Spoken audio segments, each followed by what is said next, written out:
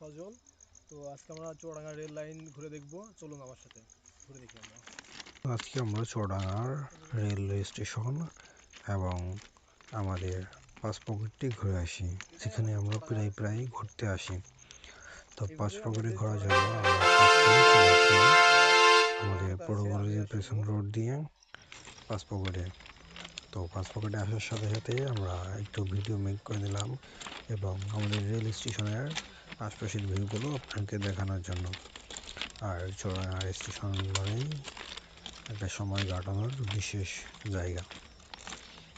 তো আমরা স্টেশনে পৌঁছানোর মাঝে আমরা স্টেশনের আশপাশে বা রেল স্টেশনের আশপাশে অনেক খেজুর গাছ এবং বিভিন্ন চাষাবাদ জমি দেখতে পাচ্ছি, যা আমরা শহরাঞ্চলে প্রায় দেখতে পাই না।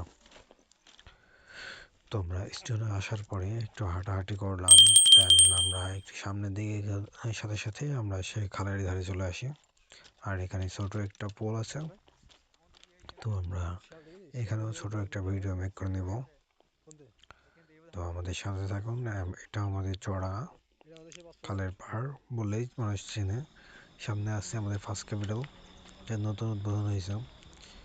আর আমাদের দোয়া, চলুন আমরা এখানে কিছু একটা ছোট একটা ভিডিও মেক করে নিই। তো দেন আমার ভিডিওটা মেক করার জন্য আমাকে হেল্প করেছিল শুভ। তো আমরা ভিডিওটি সুন্দরভাবে করে দিল শুভ এবং আমরা ট্রেনের অপেক্ষায় ছিলাম। তো ইতিমধ্যে ট্রেনের আওয়াজ পাওয়াতে আমরা তাড়াহুড়ো করে খালটা পার হলাম।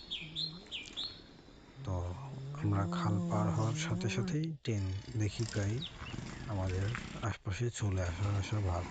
তো আমরা দেরি করি না, তো ভিডিওটি শেষ করে আমরা খালটা পার হয়ে গেলাম এবং ইতিমধ্যে আমাদের ট্রেনের সাথে দেখা হয়ে গেল। ট্রেন চলে আসছে, আমরা একটু জন্য হলেও মিস করে গেছিলাম ট্রেনটা প্রায়। আর এখানে আসার সাথে সাথে দেখি এখানে অনেক ছেলে মিলে ভিডিও মেক করছে, তো ওদেরকে সাপোর্ট করবেন সবাই। আর খালের পাড়টা অনেক সুন্দর।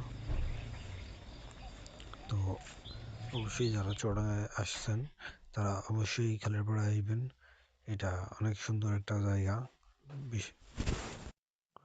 এবং অবশেষে আমরা বাড়ির উদ্দেশ্যে রওনা দিলাম। আর বাসার উদ্দেশ্যে রওনা দেওয়ার আগেই আমাদের সামনে পড়ে গেল আমাদের সেই চুয়াডাঙ্গার ফার্স্ট ক্যাপিটাল, যা ইতিমধ্যে চালু হয়ে গেছে এবং আমার ক্যামেরাটি খোলা থাকার কারণে সম্পূর্ণ ভিডিওটা আমি আনতে পারি নাই। তো আমরা আজকে